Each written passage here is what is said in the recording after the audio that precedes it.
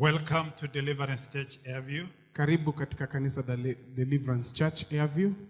Today we are having a family service. Leo tuna ibada ya familia. This is the service we normally hold it on the second Sunday of every month. Ibada hii sisi huwa nayo kila Jumapili ya pili katika mwezi. We call it a family service because we come together. Tunaita ibada ya familia kwa sababu sote huja pamoja. We come together as a family. Tunakuja pamoja kama familia. And worship together as one people. Tunaabudu pamoja kama tunaabudu sote kwa pamoja. It is your first time to be with us. Kama ni mara yako ya kwanza kuwa pamoja nasi, feel most welcome. Jisikie umekaribishwa in this family service today. Katika ibada hii ya familia. And without much to do, I want us to go into the word of God today. Na bila kupoteza muda tuingie katika neno la Mungu leo. Kindly pick your Bible. Chukua Biblia yako. Open with me in the book of Acts chapter 11 verse 26. Fungue Biblia zetu katika kitabu cha Matendo ya Mitume. The book of Acts chapter 11 verse 26. Matendo ya Mitume sura ya 11 mstari wa 6. Acts chapter 11 verses 26. Matendo ya Mitume 11 mstari wa 6. Open your heart. Fungua moyo wako and receive from God this morning. Na upokee kutoka kwa Mungu asubuhi ya leo. Amen. Amen. God is ready for you. Mungu yuko tayari kwa ajili yako. Raise your spiritual antennas and receive what God has for you today. Amen. Are we ready? Je, tuko tayari? In the book of Acts chapter 11 verse 26. Kitabu cha Matendo ya Mitume sura ya 11. And when he had found him, na alipompata, he brought him to Antioch. Alimleta Antioch. So it was that for a whole year, hata ilipokwisha ikawa kwa muda wa mwaka mzima, they assembled with the church. Wakakusanyika pamoja na kanisa. And they taught a great many people. Na kuwafundisha watu wengi. I'm so much interested in the last portion of it. Nataka kutilia mkazo katika sehemu hii ya mwisho. And the disciples were first called the Christians in Antioch. Na wanafunzi waliitwa Wakristo kwanza hapo Antiokia. And the disciples were first called the Christians in Antioch. Na wanafunzi waliitwa Wakristo kwanza hapo Antiokia. Read with me the last portion. 1, 2, let's go. Nataka tusome pamoja. And the disciples were first called the Christians in Antioch. One more time.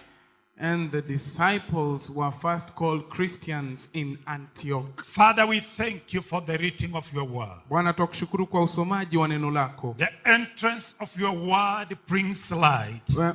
Kuingia kwa neno lako kunaleta mwangaza. And it gives understanding to the symbol. Na kuleta kuelewa kwa yaliyo rahisi. In this year of divine elevation, mwaka huu wa kuinuliwa kwa kiungu, how I pray today, ninaomba Bwana, that is somebody's life will be elevated today. Kwamba maisha ya mtu yatainuliwa leo. In the name of Jesus. Kwa jina la Yesu. Somebody's status will be lifted today. Maisha ya mtu yatainuliwa leo. In the mighty name of Jesus. Kwa jina la Yesu. How I pray today, ninaomba leo, that our lives will never be the same again. Kwamba maisha yetu hayatakuwa vile tena. As we receive your word, wanapopokea neno lako, let your word come to us with the power. Hebu neno lako lije kwetu na nguvu, to change us. Kubadilisha. We thank you and we bless you. Tunakushukuru na tutakuinua. In Jesus' name we pray. Kwa jina la Yesu tunaomba. And the church shout, Amen. Amen. Can we shout a big amen? Amen.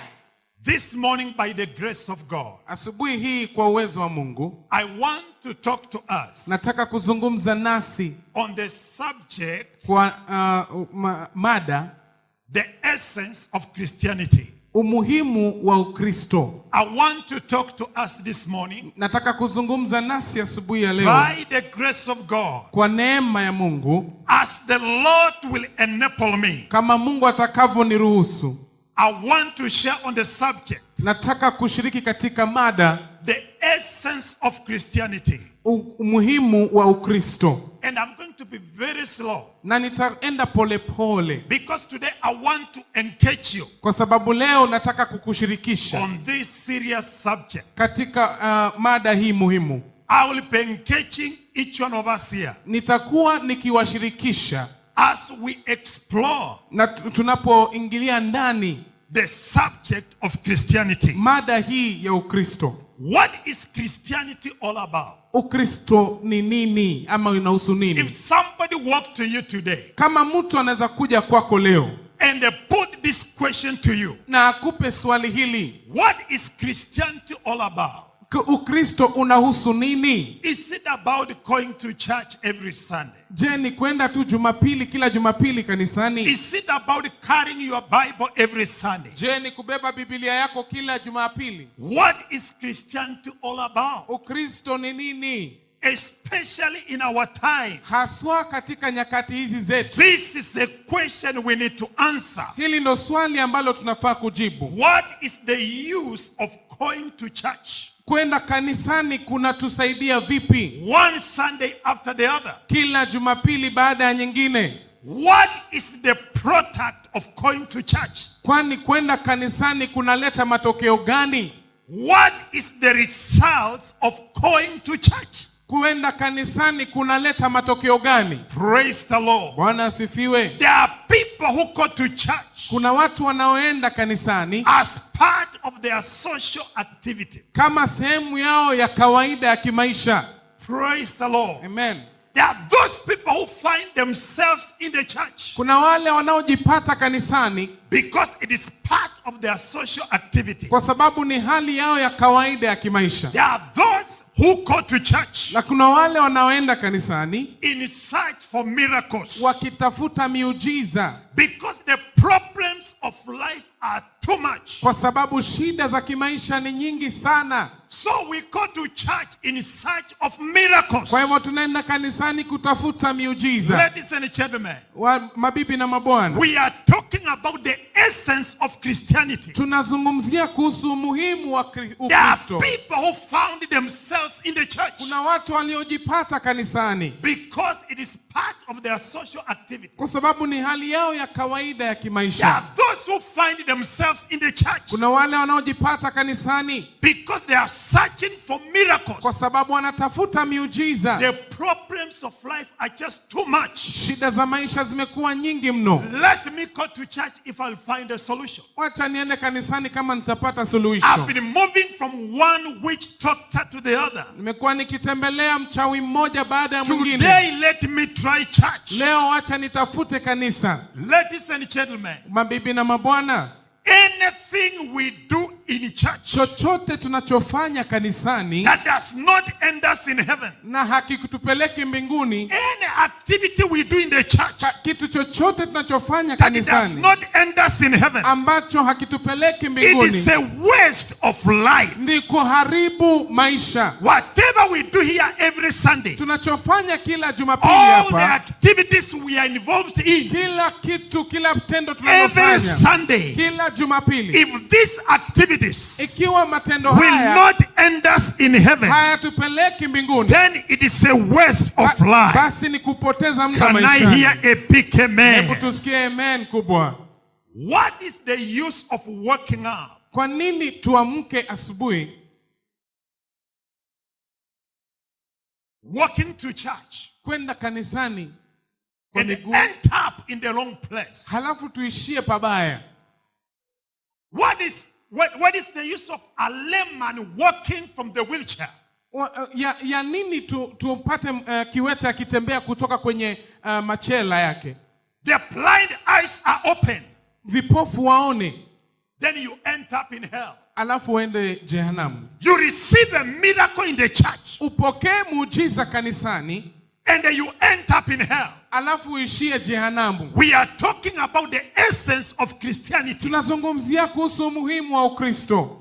What is the use of coming to church Kwa nini tuingie kanisani and ending up in hell halafu tuishie jehanamu with those people na wale watu who never went to church? ambao hawakuenda kanisani? What is the use ya nini of my coming to church every mimi Sunday kuingia Jumapili kila that Jumapili I kanisani end up in hell kisha niishie with jehanamu those people who never stepped in the church? pamoja na wale ambao hawakukanyaga The kanisani? big question we need to answer this morning. Swali kuu tunalohitaji kujibu asubuhi ya The big leo, question we need to ask ourselves. swali kuu tunalofaa What is kujiuliza, the essence of Christianity? umuhimu wa Ukristo ni nini? What is the use of coming to church? Ya nini kuja kanisani? The Bible says Biblia inasema the disciples wanafunzi were called first Christians kwanza waliitwa Wakristo in Antioch. kule The Antiokia. disciples of Jesus Christ Wanafunzi wa Yesu Kristo were called Christians waliitwa kwanza Wakristo first in Antioch. wakiwa kwanza kule Antiokia. In other words, Kwa maneno mengine, people who knew them,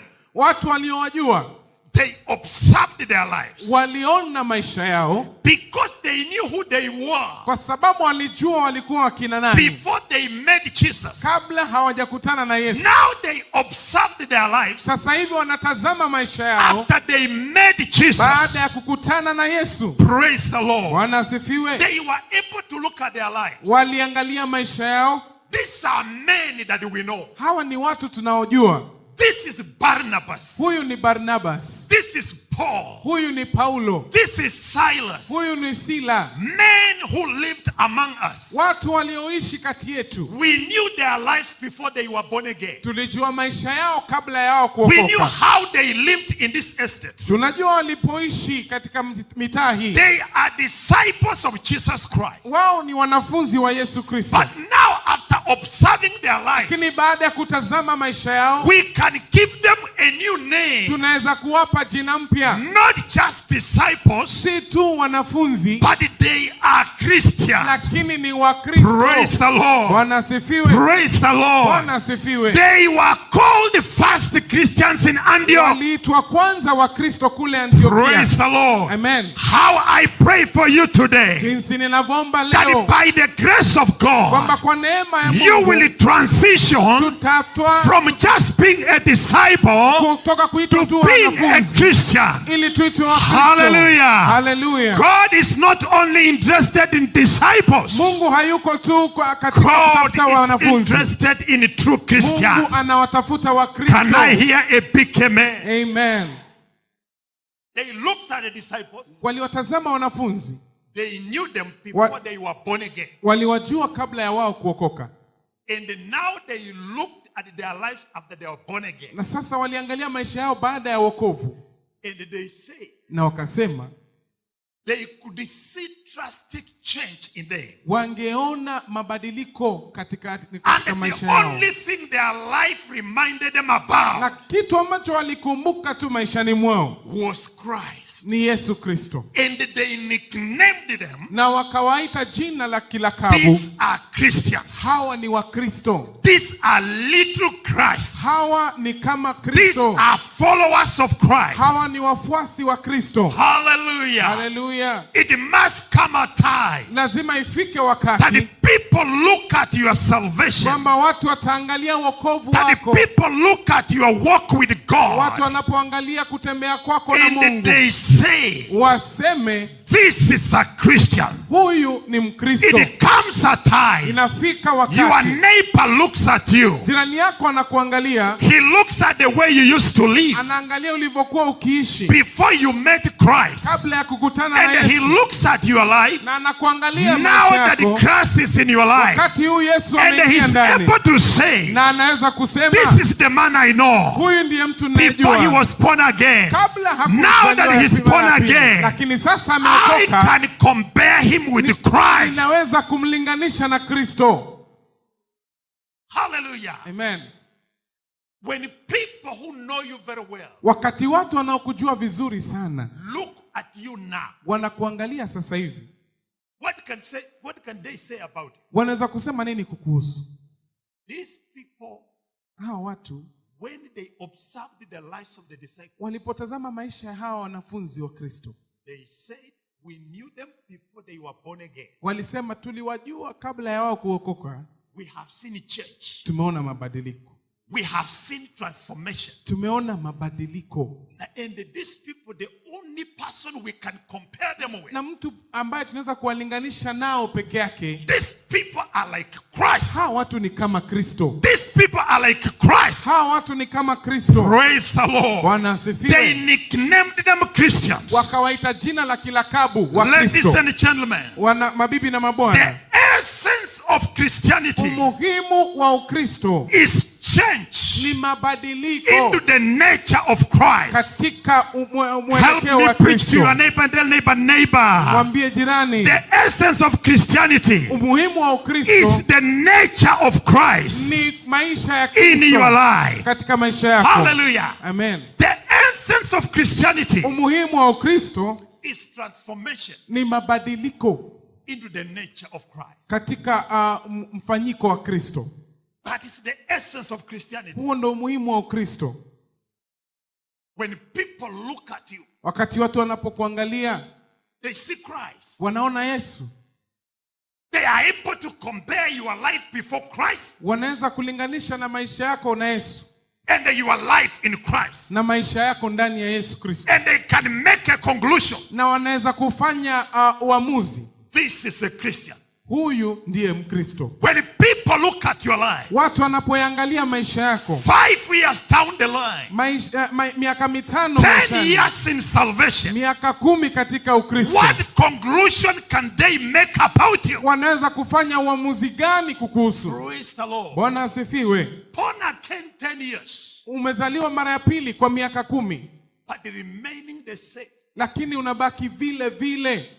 The essence of Christianity is not reflected. Umuhimu wa Ukristo haudhihirishwi. The essence of Christianity Umuhimu wa Ukristo is change in the nature of Christ. ni mabadiliko kuingia katika mfanyiko wa Kristo. In other words, Kwa maneno mengine, anybody who has ever known you before you met Christ kama kuna mtu ambaye alikujua kabla hujamjua Kristo, should see you now. anafaa kukuona sasa hivi, And the only thing your life can remind him na about kitu tu ambacho maisha yako yanaweza kumkumbusha is ni Christ. Kristo.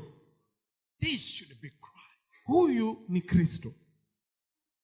We knew this lady Tulimjua huyu dada as a prostitute in our city. kama kahaba katika mji wetu, But look at her now lakini muangalie sasa, after she was born again. baada ya kuzaliwa mara ya pili. I see Christ in her. Ninaona Kristo ndani yake. That is the essence of Christianity. Huo ndio umuhimu wa Ukristo. People should look at you Watu wanafaa kukutazama and they say, na waseme, your life makes me remember about God. maisha yako yananifanya nikumbuke Mungu. Your life makes me think about what God can do. Maisha yako yananifanya nifikirie kama Mungu anavyoweza kufanya.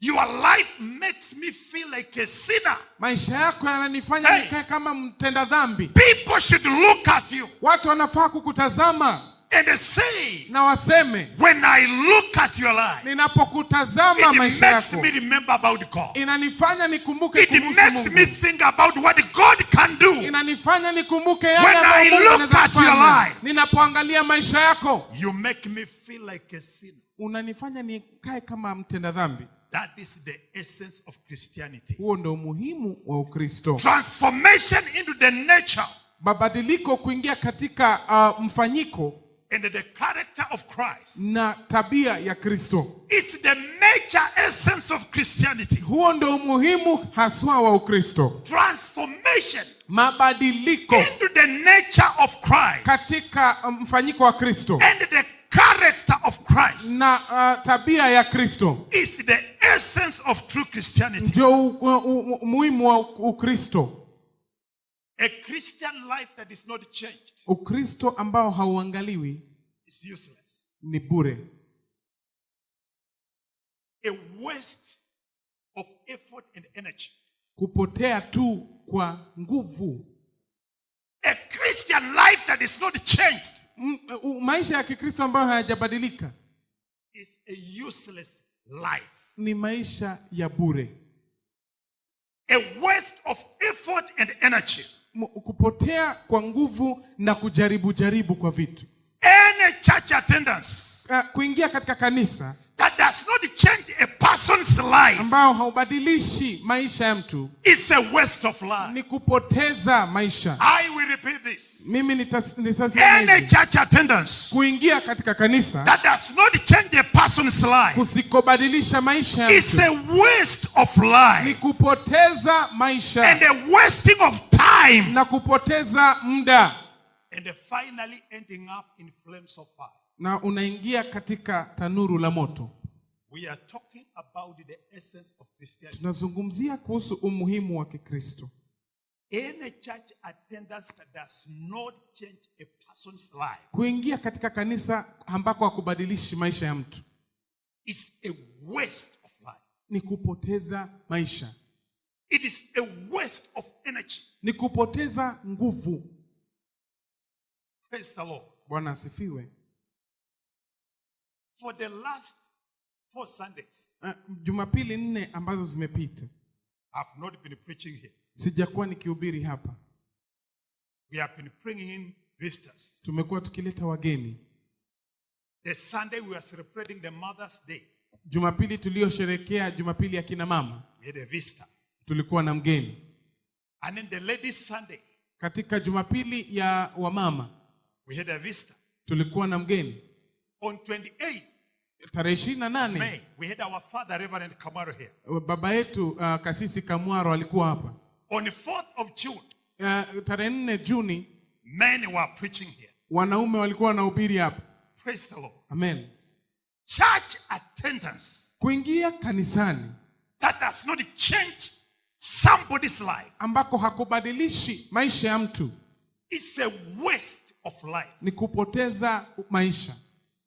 Every Sunday you have been coming here receiving the word of God. Kila Jumapili umekuwa ukija hapo ukipokea neno la Mungu. Change must be evident. Mabadiliko lazima yadhihirike. Your conduct in this community should be completely changed.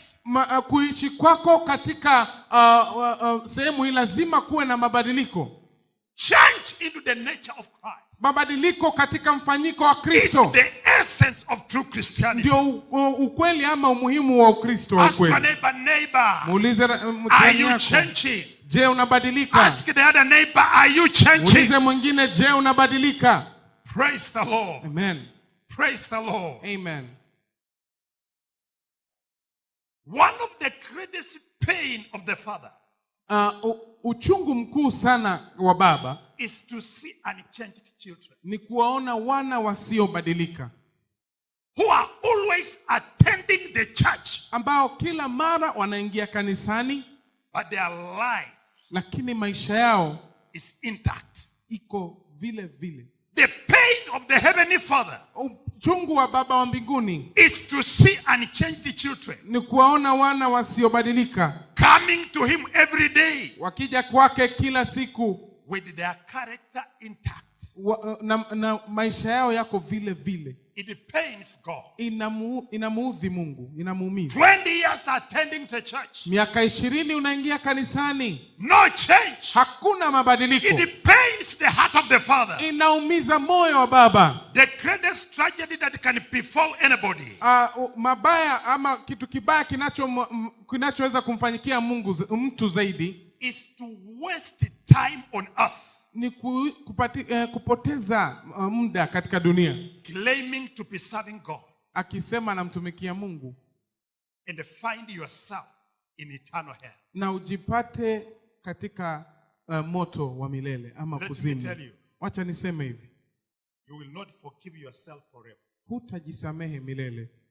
The greatest strategy that can befall any man Ubaya mkubwa kabisa unaoweza kumpata binadamu is to waste time on earth claiming to be serving God, ni kupoteza muda duniani ukisema unamtumikia Mungu and you find yourself in eternal hell na ujipate umeingia jehanamu milele, because there is no change that has taken place kwa in your sababu life, hakuna mabadiliko yaliyofanyika maishani mwako, and they spend eternity in hell. na uishi katika jehanamu milele. You will never forgive yourself forever. Hutawahi kujisamehe milele.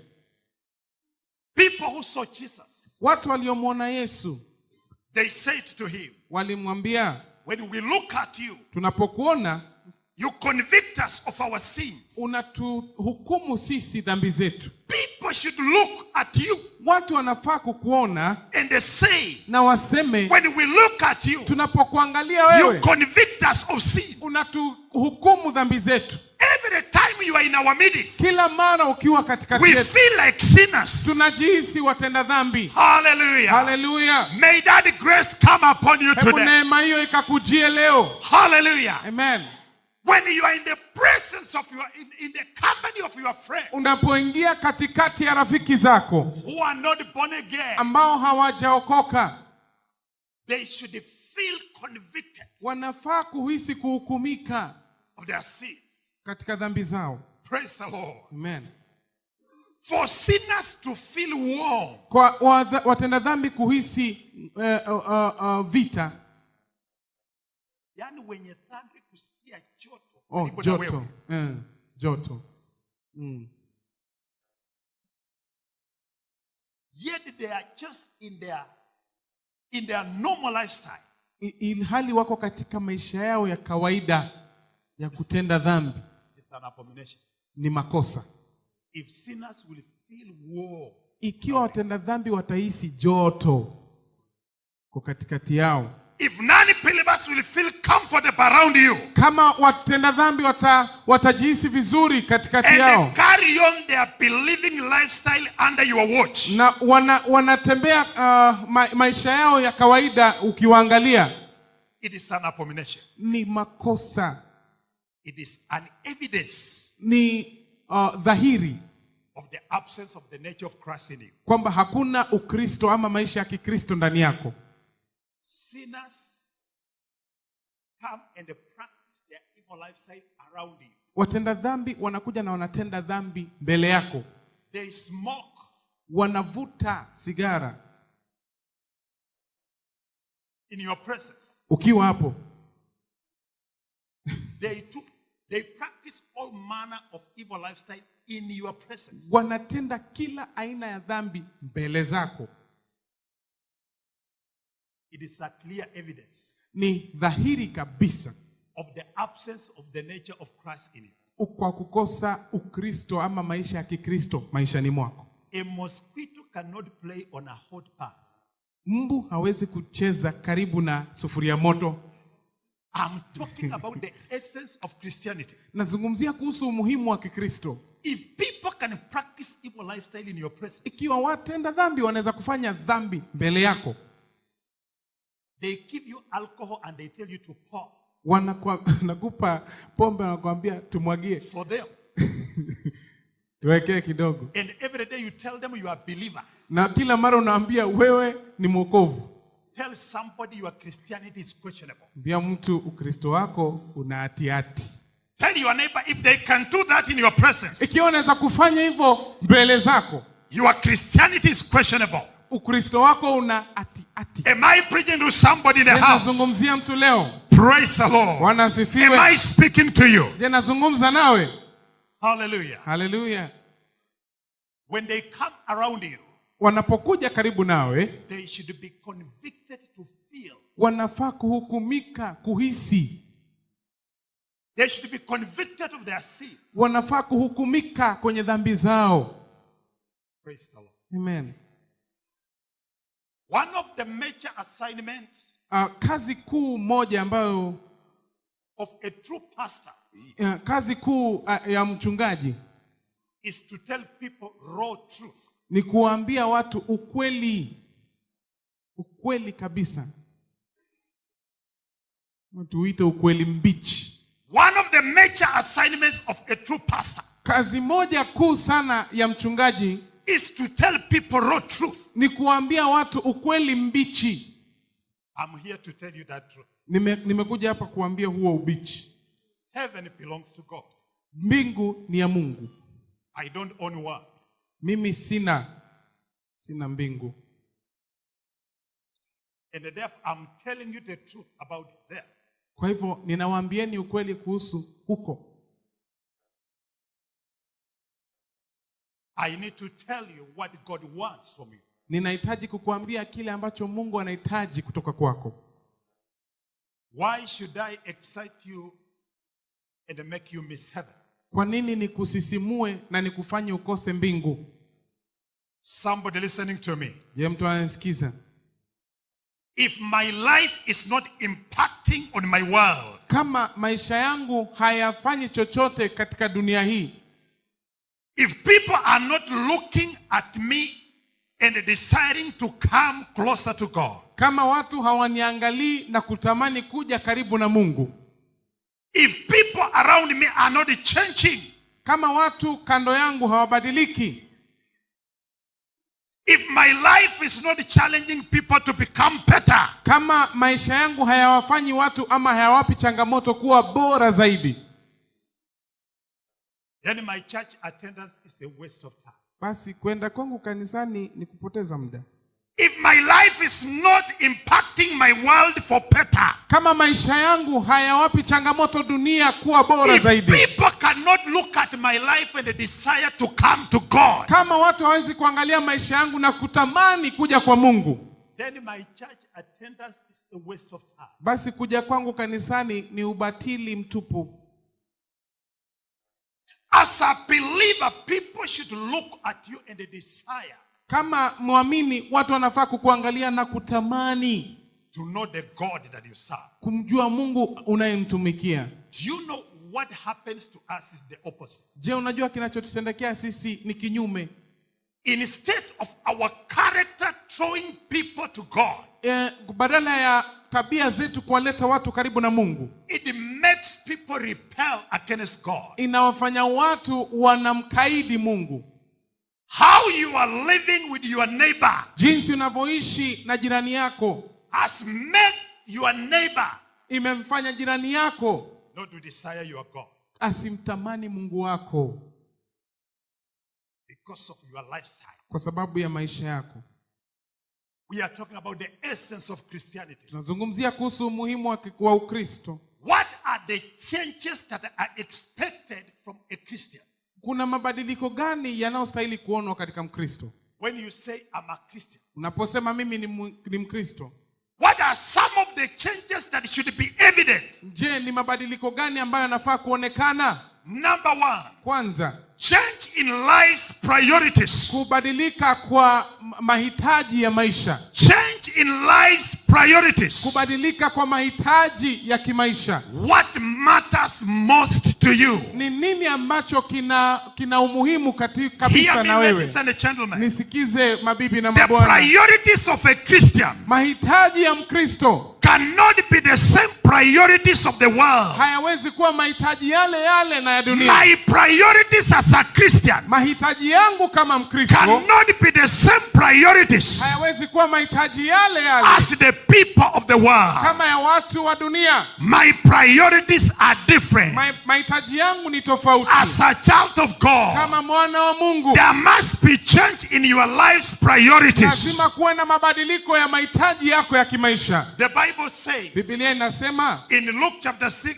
Kitabu Matthew cha- chapter 6 verse 33, kitabu cha Mathayo sura ya 6 mstari wa 33, seek ye first, tafuteni kwanza as a child of God, kama mwana wa Mungu, seek ye first tafuta the kwanza kingdom of God, ufalme wa Mungu and the rest na yote shall follow. yatafuata. The things that matter to the world Mambo yanayomaanisha sana kwa watu wa dunia cannot be the things that matter to believers. hayawezi kuwa mambo ambayo ni ya muhimu sana kwa Wakristo. The things that matter to the world Yale mambo ambayo ni ya muhimu sana katika kwa cannot be the dunia same things that matter to the church. hayawezi kuwa ndio yale yanayo muhimu sana My katika kanisa. priorities are different. Mahitaji yangu ni tofauti.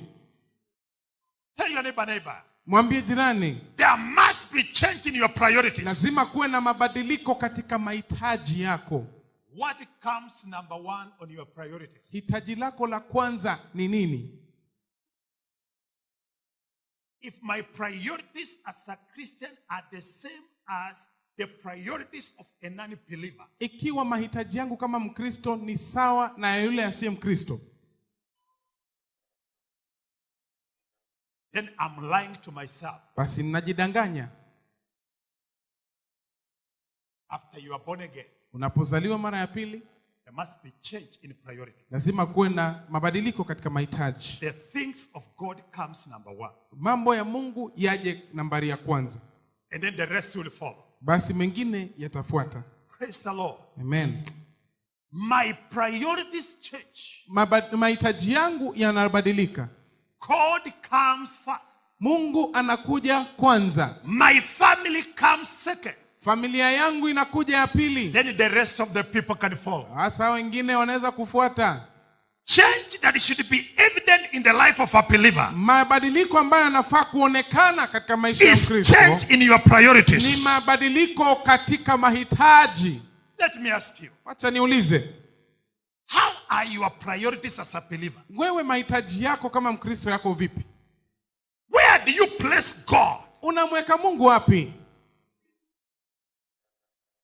When the people of the world Wakati watu wa dunia feel that Sunday is the best day to go and swim in the morning, wanahisi kwamba Jumapili ndio siku nzuri ya kwenda kuogelea. what are your priorities? Wewe mahitaji yako ni nini? What are your priorities? Mahitaji yako ni nini? My priorities as a believer must change. Mahitaji yangu kama Mkristo yanafaa kubadilika. If the people of the world, Kama watu wa dunia, when people go to church, that is the time they go to watch football. wakati watu wanapoenda kanisani ndio wakati wao kuenda kuona mechi za kandanda. And you have similar priorities. Na wewe unafanana nao katika mahitaji hayo. There is something wrong. Basi kuna shida. I have to get my priorities right as a Christian. Lazima mahitaji yangu yawe sawa kama Mkristo. Seek ye first Tafuta kwanza the kingdom of God. ufalme wa Mungu. My prosperity as a believer Kufanikiwa kwangu kama Mkristo is anchored on this principle. Umeshikilia kanuni hii. Seeking first Kutafuta kwanza God, Mungu, and the rest of the things kila kitu basi shall follow. kitafuata. But when I do the opposite, Lakini ninapofanya kinyume, if I open my shop the time I'm supposed to be in church, kama nitafungua duka langu wakati ninapofaa kuwa kanisani, then my priorities are not right. basi mahitaji yangu hayako sawa. Then my priorities are not right. Basi mahitaji yangu hayako sawa. There is no difference between me and a non-believer. Hakuna tofauti kati yangu na yule ambaye si Mkristo. What makes you a Christian is your priorities. Kinachokufanya wewe Mkristo ni mahitaji yako. Look at our brothers on the other side. Hebu angalie ndugu zetu upande ule mwingine. Immediately their time comes to go to the mosque. Inapofika wakati wao kuingia msikitini, pap, Even if you will enter his shop hata ukiingia kwenye duka lake with 1 million, na milioni moja you want to buy, unataka kununua, he will tell you, atakwambia on my way, niko njiani, wait for me. ngoja kwanza, Enda ningoje, kuswali. naenda kuswali, Christians, naenda kutawadha. Christians, Wakristo, that is the peak hour. hapo sasa ndio muujiza. Now, this is where the problem is. Hapa ndio kuna shida. At times we complain things not working for us. Mara nyingine tunalalamika kwamba mambo hayatufanyiki vizuri. But before blaming God, Lakini kabla ya kumlaumu Mungu, before blaming your pastor, kabla ya kumlaumu mchungaji, because you have not received the miracle for 1 year in this church, kwa sababu hujapata muujiza mwaka mzima kanisani, check your priorities. angalia mahitaji yako. Ask your neighbor, Muulize jirani, check your priorities. angalia mahitaji yako. Where is God Mungu ako wapi in your life? katika maisha yako? Where is God? Mungu ako wapi? We struggle. Tunapambana The time we were supposed to be fellowshipping with God, wakati ambapo tunafaa kuwa na ushirika na Mungu, we are struggling with other things. tunapambana na vitu vingine. The fact that we are struggling with what we are doing, Na tuna kitu ambacho kinafanya tupambane hivyo. what percentage of the economy are we controlling? Jesus Christ. What percentage Ni of the asilimia, economy are we controlling? ni asilimia gani ya uchumi tunayoendesha? Mungu atusaidie. We must change our priorities. Lazima tubadilishe mahitaji yetu. Principles are more powerful than principalities. Kanuni zina nguvu zaidi kuliko ngome.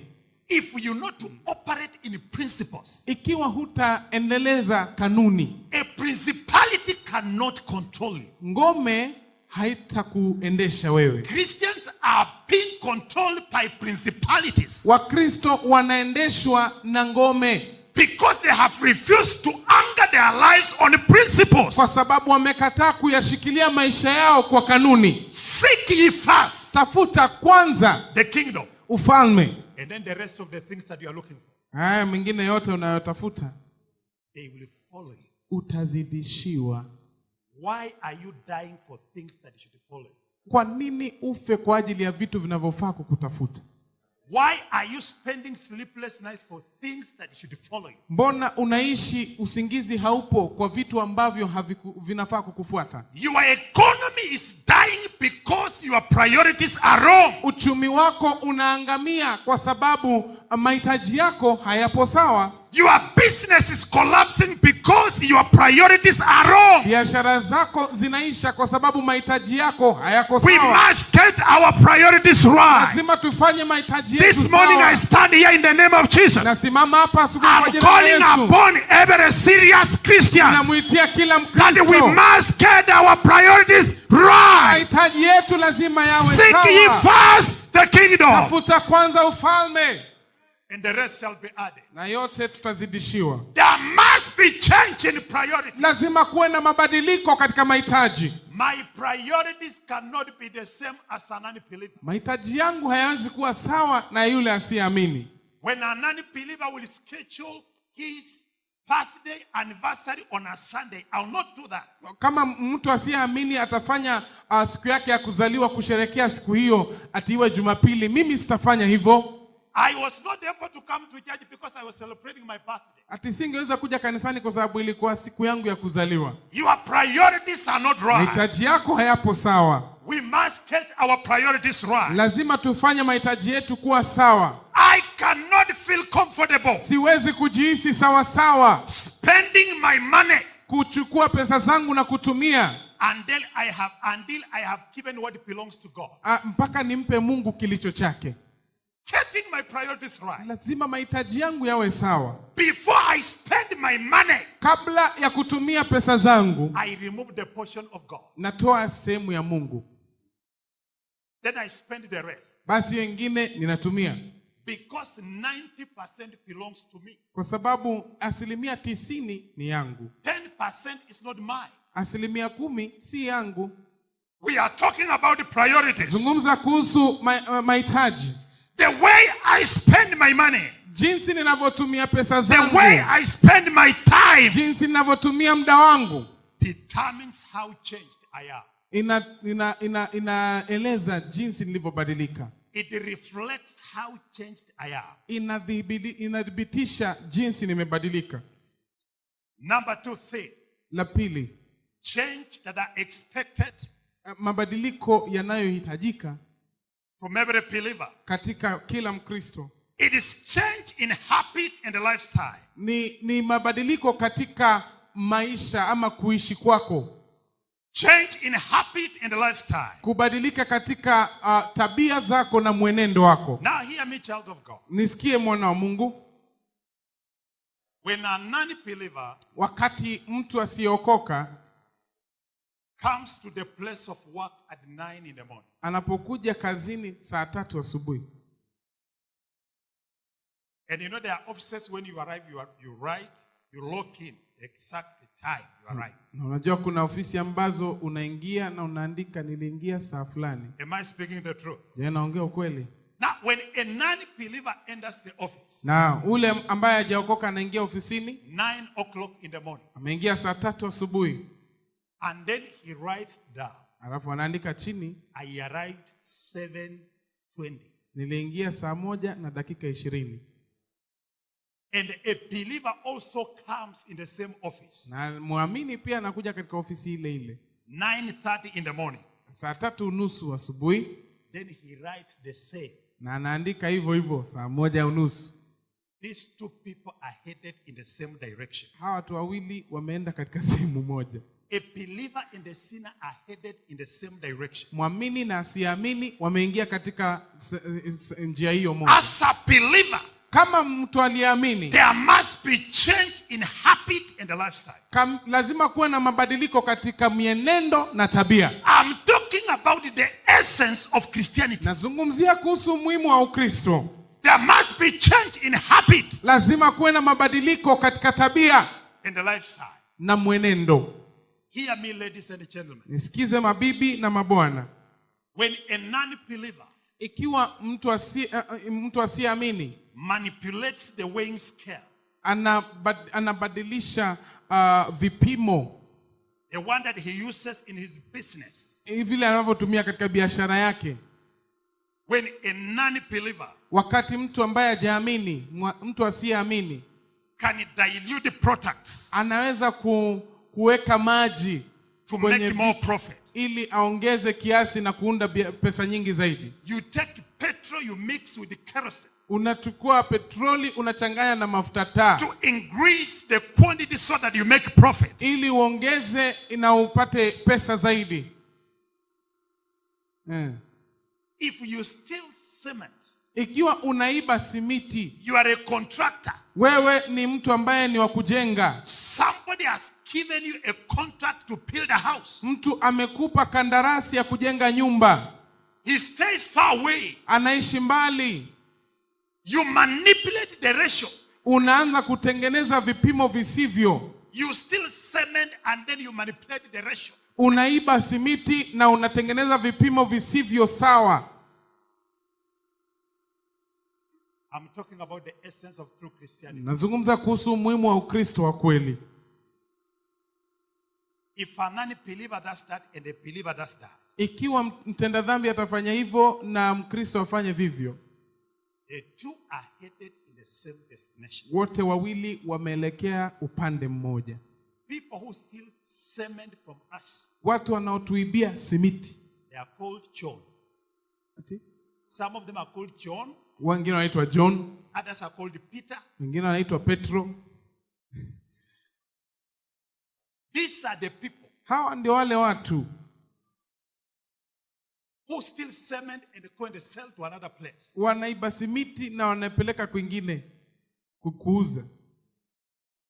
If a believer does that, kama muamini atafanya hivyo, and a non-believer does that, na asiamini afanye hivyo, they are headed in the same destination. Wote wanaelekea upande mmoja. If you are manipulating products, ikiwa unabadilisha vitu, you dilute products, unaweka maji kwa vitu to increase the quantity, ati unaongeza kiasi chake, maziwa unaweka maji. Unachukua tepe la kuuza viazi unafinya katikati. Tepe la kupima makaa unafinya katikati. There's something wrong. Shaitani ashindwe. I'm talking about the essence of true Christianity. Nazungumza kuhusu umuhimu wa Ukristo wa kweli. Gorogoro ya mahindi wanakata. You are doing cloth business. Unafanya biashara isiyofaa. Unachukua Mkristo unamkonga 3 times. Na unamwambia nimekuhusia kama dada. Nimekuhusia kama nduku. Kama angelikuwa huko nje ningemuhusia juu sana.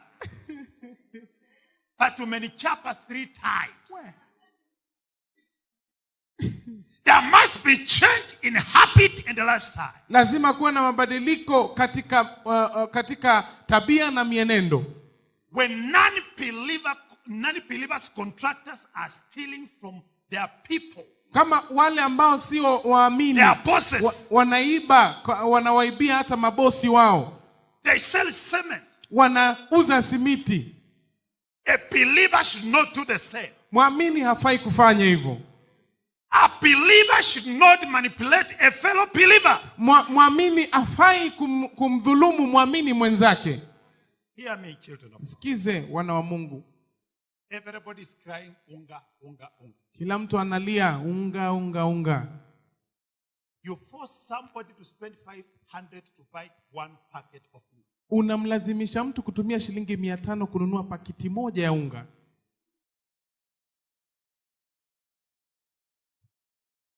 And on Sunday you are singing here. Na Jumapili unaimba hapa. Until you spend 500 and more, you cannot get a bucket of unga. Hati usipotumia shilingi 500 na zaidi huwezi kupata pakiti moja ya unga.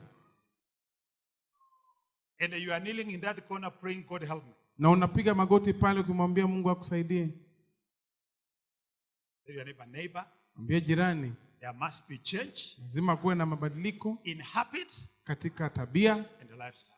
na mienendo. That is the essence of true Christianity. Huo ndio umuhimu wa Ukristo wa kweli. Praise the Lord. Bwana asifiwe. We live in times Tunaishi katika nyakati when exam rooms katika sehemu za kufanyia mitihani are like discussion centers. imekuwa sehemu za kufanya majadiliano. And you call them, is this an exam room? Hii ni mahali ya kufanyia mtihani. Questions and answers change hands. kuna kubadilishwa kwa maswali na majibu In an exam room. katika sehemu ya kufanyia Oh, mitihani. you understand what I'm talking about? Najua kile ninachozungumzia. Praise the Lord. Amen. There are people today Na watu leo who have degree certificates ambao wana degree that are not higher than an ordinary paper. ambapo haijaandikwa katika karatasi ya kawaida. Because they don't deserve such a degree. Kwa sababu hawafai kupewa degree hiyo. They cheated their way Walidanganya up. kufika kule juu. No matter where you have kept it, Hata kama umeweka wapi. even if you are put in a big frame in your house, Hata kama umeweka kwenye frame kubwa katika nyumba yako. as long as you cheated your way out to it. Bora ulidanganya kufika hapo. Praise the Lord. Amen. It is not better than an ordinary paper. Hiyo si tofauti na karatasi ya kawaida. And the destinies of this kind of people, Na mwisho ama hatima ya watu kama hawa, because they manipulated their way up, kwa sababu walidanganya kufika kule juu, and it was not God, na haikuwa Mungu, their destinies are shattered. hatima zao zinakwisha. They are struggling every day. Wanapambana kila siku, They are wondering what is wrong. wanashangaa nini mbaya. They are putting men of God under pressure. Wanaweka watumishi wa Mungu Man katika of God, shida nyingi. pray, Niombe, that niombe. the things will work for me. Ati mambo yatanifanyikia vizuri. Pray for my degree. Niombee degree yangu. How can you bring a degree that you did not earn? Unaweza letaje shahada ambayo hukufanyia kazi? For the pastor to pray for it. Ati mchungaji aiombee. Now hear me. Na sikize. The fact that the world is doing it Kama dunia inafanya hivyo, does not make it right. haifanyi kuwa sawa. The standards of God remain sure. Kanuni za Mungu zinabaki. While the people in the world are manipulating their way up, Wakati watu duniani wanadanganya ili njia zao ziende sawa, you carry a certificate degree that you did not earn. wewe unabeba shahada ambayo hukufanyia kazi. And also a believer does the same. Na pia muamini afanye vile vile. The fact that the world is doing it does not make it right. Haimaanishi kwamba ikiwa dunia inafanya hivyo The basi iko standards sawa. of God remain sure. Kanuni za Mungu They have zinabaki, not changed. hazijabadilika. No wonder it is not working for you. Na ndio maana haifanyi kazi kwako. What is the use of church attendance? Matumizi That does not change a man's life. ya nini kuingia katika mambo ambayo hayabadilishi maisha yako? What is the use of attending the church and ending in hell? Ya nini uingie kanisani kila mara na unaenda jehanamu? There must be change in habit in your lifestyle. Lazima kuwe na mabadiliko katika mienendo na tabia zako. Number 3, I'm moving very fast. Ya 3 sasa, tuende kwa haraka kidogo. Changes that are expected in the life of a believer. Mabadiliko yanayotarajiwa katika maisha ya Mkristo. There must be change in your appearance. Lazima kuwe na mabadiliko jinsi unavyofanana. Change in the way you look. Mabadiliko na jinsi unavyofanana. No matter what the people may say. Hata kama watu watasema aje. I'm here to confirm today. Lazima niseme hapa that hivi leo. There is a godly look. Kwamba kuna mfanyiko ama mtazamo wa kiungu. And there is ungodly look. Na kuna mtazamo usio wa kiungu. The way you look, people can look at you and they say, this is a believer. Kuna jinsi unavyofanana, mtu anaweza kuangalia na aseme huyu ni muamini. There is a way somebody can come in your shop and tell this person is a believer. Kuna vile mtu anavyoweza kuja katika duka lako na ajue huyu mtu ni Mkristo. And this one is an unbeliever. Huyu si Mkristo. As a believer, there must be change in your appearance. Kama muamini lazima kuwe na mabadiliko jinsi unavyofanana. The way you project yourself. Jinsi unavyojitokeza mbele ya watu. A godly person, there is a look they carry. Mtu ambaye ni muamini kuna jinsi anavyofanana. An godly person. Mtu ambaye asiye muamini. When you look at them. Unapoangalia. There is a look that they carry. Kuna jinsi wanavyofanana. Even without somebody telling you. Hata bila mtu kukuambia.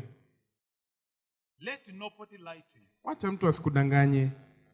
That we are living in an era of liberty. Ati tunaishi katika miaka ambayo kuna uhuru. And everything is permitted. Na kila kitu kinaruhusiwa. That is a lie from hell. Huo ni uongo kutoka jehanamu. Praise the Lord. Amen. There is a godly look. Kuna kufanana kwa kiungu. The way you put on. Jinsi unavyovaa. The way you present yourself. Unavyojitokeza mbele ya watu. There is a godly look. Na kuna kufanana kusio kwa kiungu. Do you remember those days in the villages? Unakumbuka hizo siku? People who lived in the village like me. Watu walioishi kule mashambani kama mimi. There was a culture. Kulikuwa na hali fulani ya maisha. That the ladies found it difficult to sit on a bicycle like this. Ambapo wamama ilikuwa vigumu kuketi kwenye baiskeli.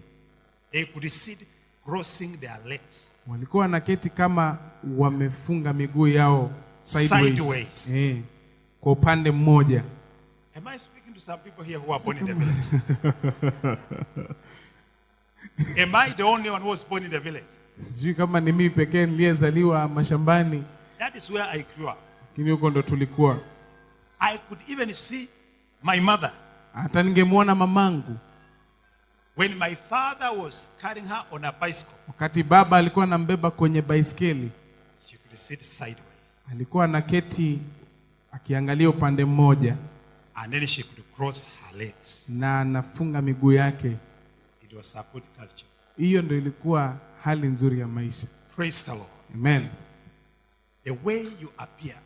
Jinsi unavyojitokeza. There is a way a godly person looks. Kuna jinsi mtu wa Mungu anavyofanana.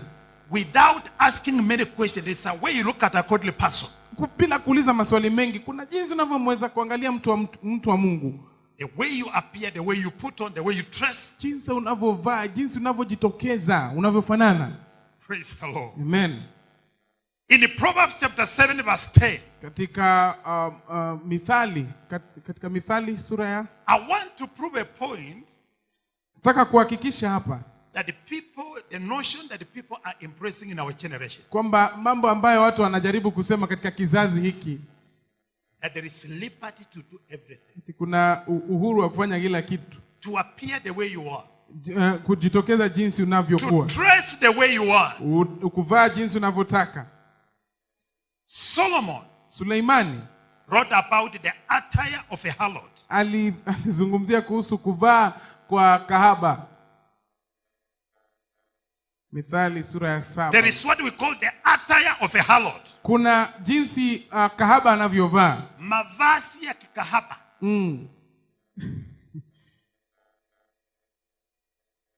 I know some people will say there is no dress like that. Let's read the Bible. Tusome Biblia kwa sababu wengine watasema hakuna kuvaa kama huko. Help me read that scripture. Tusome mstari huo. And there a woman Na tazama mwanamke met him. Akamkuta. Not her. Sio. Praise the Lord. Mwanamume. Sometimes we need to read the Bible slowly. It is not a woman meeting a woman. A woman met him with what?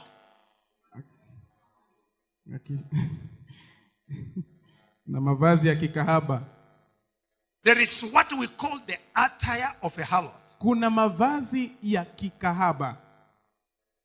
Let me explain. Wacha nielezee. The attire of a harlot. Mavazi ya kikahaba. It is the attire that markets the flesh. Ni mavazi yanayotangaza mwili As good for use. Kama mzuri kwa kutumika. It is the attire that markets the flesh. Ni mavazi yanayotangaza mwili As a product to be exploited. kama kitu cha kutumiwa. Am I speaking to somebody? In this end time, Katika nyakati hizi za mwisho, there is too much flesh marketing. kuna kutangazwa kibiashara kwa mwili. Asante. Hata matatanga ongea kama unajua. Sawa sawa. In this end time age, Katika nyakati hizi za mwisho, there is too much marketing of the flesh. kuna kutangazwa sana kibiashara kwa mwili. The tighter the cloth at the back, the better. Kama nguo imekushika imekubana vizuri The huko nyuma ndio tighter iko in sawa. front, the better. Kama imekushika huko The mbele tighter at pia the ni sawa. sides is the better. Is better. Pia huku na ndio iko Too sawa. much marketing of the flesh. Kuna kutangazwa sana kwa mwili. Hey. Hallelujah. 2 number plates. If you miss the front one, Kama utakosa ya mbele, you will not miss the one at the back. utakosa ya nyuma. Nambari za usajili 2. Hey. The attire that markets the flesh. Mavazi ambayo yanatangaza sana mwili.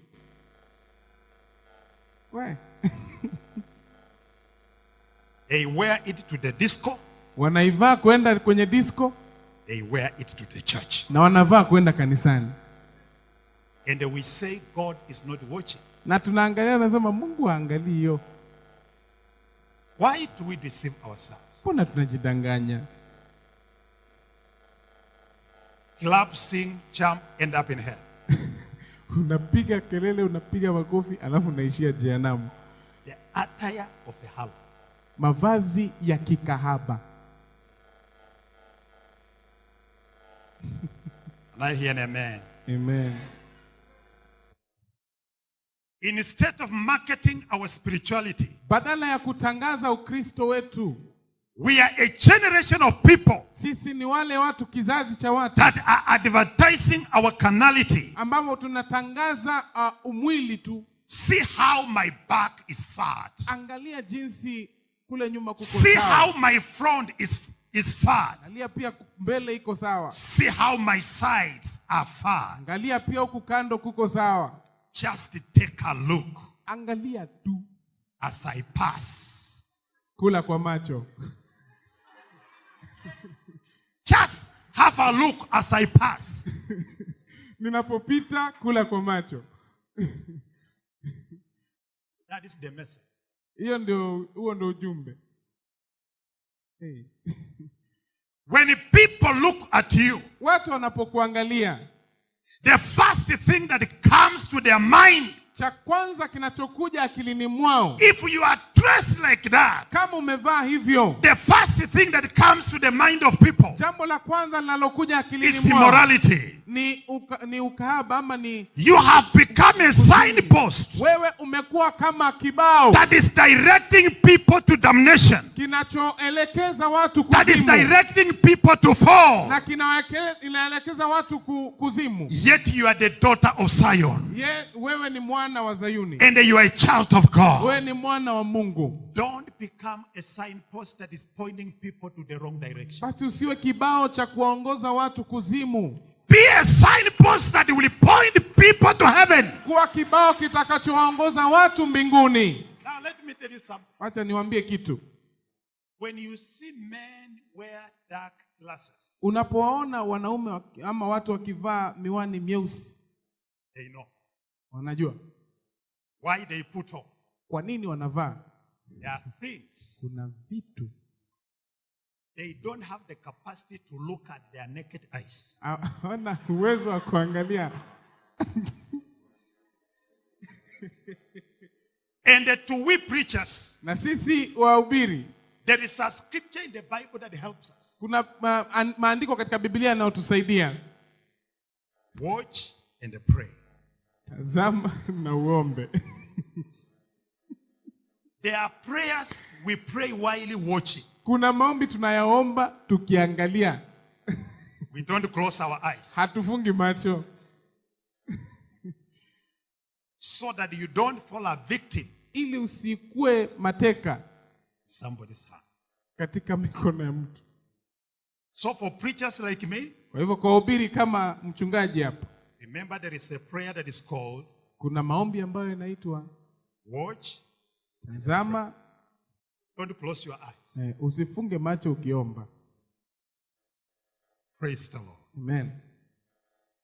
As I conclude, Ninapomalizia, one of the worst things that can happen to a believer kama kuna kitu kibaya ambacho kinaweza kumfanyikia Mkristo, is to become a tool in the hands of Satan. ni kuwa chombo katika mikono ya Ibilisi. The greatest tragedy Kama kuna kitu kibaya sana, is that many children of God ni kwamba watoto wengi wa have Mungu joined the children of the devil wameungana na to watoto wa fulfill shetani the agenda of the devil. ili kuhakikisha ajenda ya shetani May that inatimika. person not be you. Huyo mtu asiwe wewe. Hallelujah. Amen. I salute every man in this house. Ninampa heko kila mwanamume katika nyumba hii. Just look where a man seated next to you. Hebu muangalie tu kila mwanamume ambaye amekaa karibu nawe. Even if he's not putting up on a tie like me, Hata kama hajavaa tai kama ya mchungaji, but he has patterns lakini amefunga kifungo up to here. hadi hapa. Let's appreciate the men in the Pigia house. hao watu makofi. Hallelujah. Amen. Yesu ni You Bwana. don't see them exposing. Huwaoni wakidhihirisha wakitoa ile. They make sure they have patterned up Wanahakikisha wamefunga kifungo hadi hapo. the things that used to be hidden in Mambo, the days of old wakati kuna vitu ambavyo vilikuwa vinafichwa zile enzi za kale, are now exposed sasa hivi vimefichuliwa to the damnation of the world. ili kuangamiza dunia. Even grandmothers today, Hata mababu na mashosho, you cannot differentiate huwezi age. kuwatofautisha miaka, The way they dress, jinsi wanavyovaa, you cannot differentiate huwezi kutofautisha the age anymore. miaka. Ladies and gentlemen, Mabibi na mabwana, this is a demon and a spirit of age. huu ama huyu Ni roho ya kisasa. ni roho ya kisasa. And it is a demon Ni pepo that is defiling the world ambayo inaharibu dunia and also trying to defile the church. na pia inatia kanisa na And jinsi. it must be resisted Na lazima in the name of Jesus. ishindwe katika jina la Yesu. God can change your life. Mungu anaweza kubadilisha maisha yako. If God can change your life, Kama Mungu anaweza kubadilisha maisha yako, He can change your wardrobe. Anaweza kubadilisha hata nguo zako. Tell your neighbor, Neighbor, if God can change your life, kama Mungu anaweza He kubadilisha can maisha change your yako, wardrobe. anaweza badilisha mavazi. Hallelujah. Amen. When you come to Jesus, even your wardrobe changes. Unapokuja kwa Yesu hata mavazi yako Even yanabadilika. your dressing, God changes. Mungu anabadilisha kuvaa kwako. It is not a matter of rules and regulations. Si mambo ya sheria tu na masharti. Let your conscience convict you. Hebu akili yako Let your conscience convict you. akili yako tu It is ikakubadilisha. not a matter of rules. Si mambo ya It is not sheria, about the regulations. sio masharti. Let your conscience convict you Hebu nadhiri yako on ikakueleze what you put on. kwa kile ambacho unavaa. Conscious. Nadhiri yako. Oh, sisi utakuta tumeandika pale. Tumepiga picha tumesema watu wenye wamefaa hivyo wasingie. Let your conscience Nadhiri yako tu ile convict you. ikueleze. Praise the Lord. Amen. The way you look now, Jinsi unavyofanana sasa. are you representing the kingdom of God? Je, unaonyesha ufalme wa Mungu? If your father can appear now, Ikiwa baba yako anaweza kuja sasa hivi, can he say, my daughter, how are you? anaweza kukwambia mtoto wangu ama binti yangu, habari yako. If he appears now, Ikiwa atakuja sasa hivi, can he say, my daughter? je, anaweza kusema binti yangu? Or you have lost your shape completely? Ama umebadilisha kabisa, umepoteza kufanana kwako?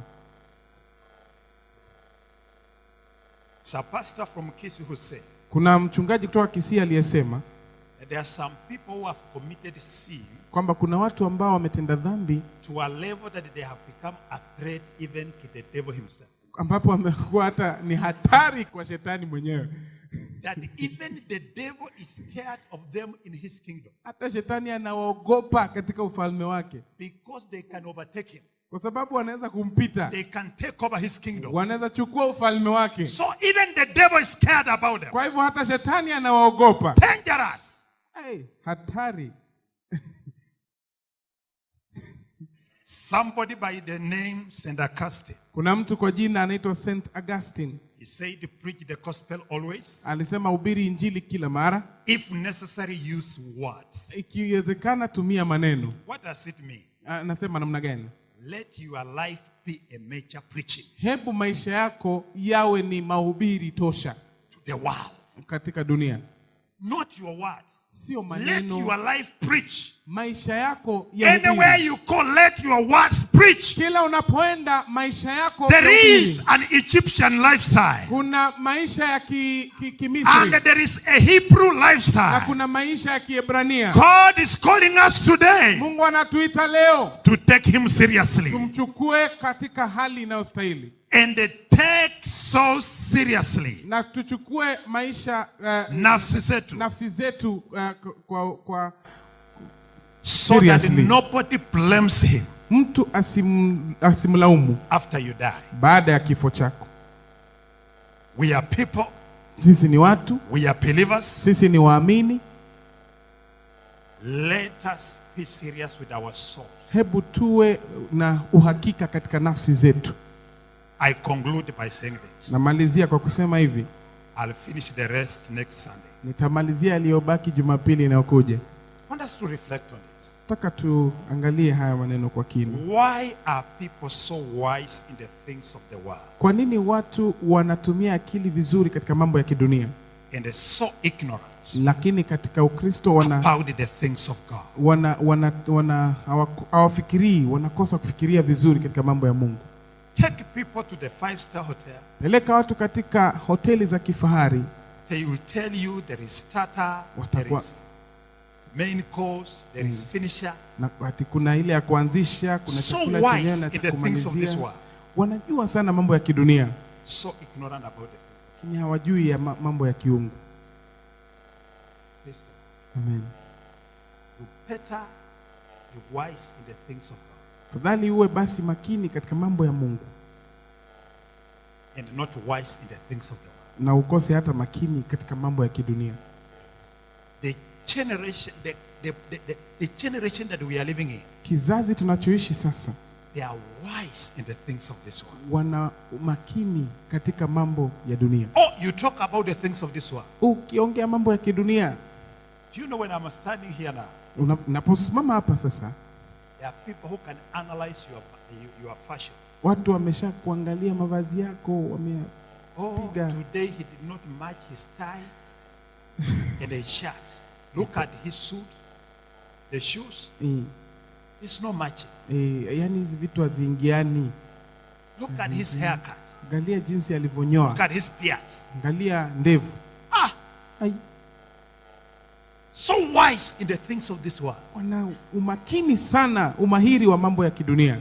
You know how to match your dress. Unajua jinsi ya kumatch nguo zako. And you don't know anything about the kingdom. Lakini hajui chochote kuhusu ufalme. We must be wise in the things of God. Lazima tuwe makini katika mambo ya Mungu. Hallelujah. Amen. Praise the Lord. Amen. There must be change in the way you appear. Lazima kuwe na mabadiliko na jinsi unavyofanana. I pray for you today. Naombea leo. May you begin a new channel with God. Hebu anze safari. May you begin a new chapter with God. Let there be change in your lifestyle. Let there be change in your happy. Let there be change in the way you appear. Let there be change in your priorities. In the name of Jesus. Stand up, I want to pray. Let's stand up and I want to pray. The essence of Christianity. Change must be evident. There must be change in your priorities. There must be change in your habits and lifestyle. There must be change in your appearance. That is what God expects from us. In the name of Jesus, lift up your voice and cry to God. Let me hear you speak to God. Have mercy on me. Have mercy on me, Lord. Let there be change in my life today. In the name of Jesus. Change in the way I appear. Change in the way I do things. Cry to God for mercy. In the name of Jesus. The essence of Christianity is total transformation. Is change into the image of God. Let me hear you pray. Let me hear you pray. Cry to God and tell God, have mercy on me. Help me, Lord. Rekeseketelebaha. Riandebe seketelibaha. Rekasekebalikato. Remama seketeleba. Riandelebaha. Rekosekebalikata. In the name of Jesus, let there be change. Let there be transformation. Oh, hallelujah. Have mercy on us, Lord.